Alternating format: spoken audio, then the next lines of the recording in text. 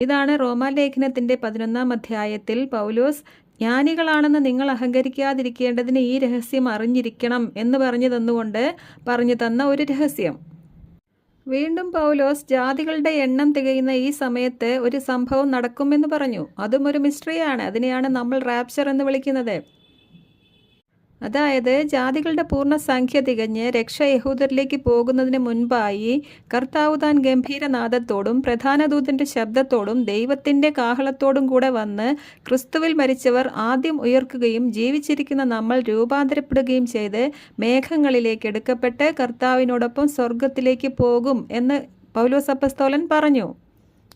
ഇത്രയും കാര്യങ്ങളാണ് 6 വരെയുള്ള മുദ്രകളിൽ സംഭവിക്കുന്നത്. കൃപാകാലത്തിൽ നടക്കുന്ന ഇക്കാര്യങ്ങൾ മുഴുവനും 6-ാം അധ്യായത്തിൽ ഉൾക്കൊള്ളിച്ചിരിക്കുകയാണ്. ഇതെല്ലാം നിങ്ങൾക്ക് മനസ്സിലാക്കാൻ വേണ്ടിയാണ് ഈ ചാർട്ട് ഉണ്ടാക്കിയിരിക്കുന്നത്.